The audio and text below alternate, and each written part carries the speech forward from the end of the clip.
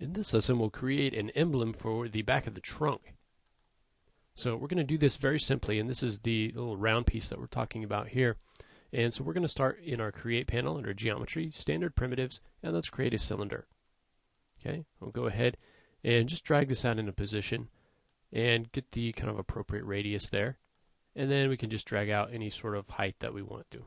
Okay, we got something like 5, and we can always change that in there. But once we've got that drawn out, let's go ahead now and drag it out behind the trunk so we can see it there.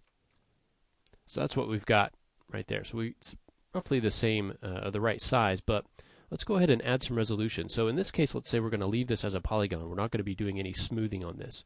So in this case, we want it to be nice and round, so we'll go ahead and add some sides to this. So I'm going to up that to about 32, so we get a nice smooth curve there. Okay, we can go ahead and scale this down if we want to. All right, and if you want to, you can add divisions or segments to the cap. Okay, for our purposes, I'm not going to do that just yet. Okay, I'm going to go ahead and leave it. We're going to leave it as a polygon. It'll be easier for me to kind of select that. So the first thing that I want to do is now manipulate this geometry, the shape. So I'm going to right click and convert it to an editable poly. And now I'm going to go to polygon selection and select this front polygon here. And I can start doing a little bit of shaping. I'm going to scale this down and pull it out slightly. Okay. The next thing I'm going to do is do an inset. Change that inset amount to something small. The next thing I'm going to do is use bevel. So I'll activate the bevel settings, and then I'll change that height to something negative. Okay, so I can start to push that in. I can apply that, do that again, maybe bring the height back up a little bit to something like that. Okay, let's say okay to that. Let's do another inset. And now let's do another bevel. This time we'll bring the height back out. Take our outline amount down, closer to 0. Apply that, apply another bevel, and this time we'll take our outline amount down and just sort of get a little bevel going on in here. Okay, and then we can go ahead and do another inset, maybe, if you want to pull that out slightly. So you can see there are a lot of different options you have for working with polygons here. Now let's say we want to add a little bit of detail around the edges. Well, we can go in, and I'm just simply going to go to select, and I'm going to select 2 of these polygons and then skip 2 polygons and just do that all the way around on this outer part. Okay, so what you'll end up with is a pattern very much like that.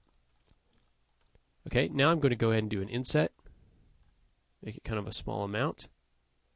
Okay, and then I'll just do a simple extrude, and let's give this, go by local normal, and let's give this extrusion height a negative value. Okay, now this is not going to look right when it's smooth because we don't have any sort of resolution in here to keep this, but it's going to be kind of a small piece of the whole car. We can go ahead and scale this down a little bit. It's going to be a small part of the whole car, so for some of these smaller things you might not even need to go ahead and smooth those. I'm going to just move this back into the car, into the trunk rather, and just rotate that so it fits up nicely. Okay, if you want to, you could delete the back polygon as well. That'll save you a little bit of geometry there, since it's not going to be seen. Okay, and if your pipeline doesn't like end guns, you can always come in and complete that over, or at the beginning you could actually add some cap divisions to that. All right, cap segments, and then you won't have that end gun in the front. But for our purposes, I think it's going to be fine.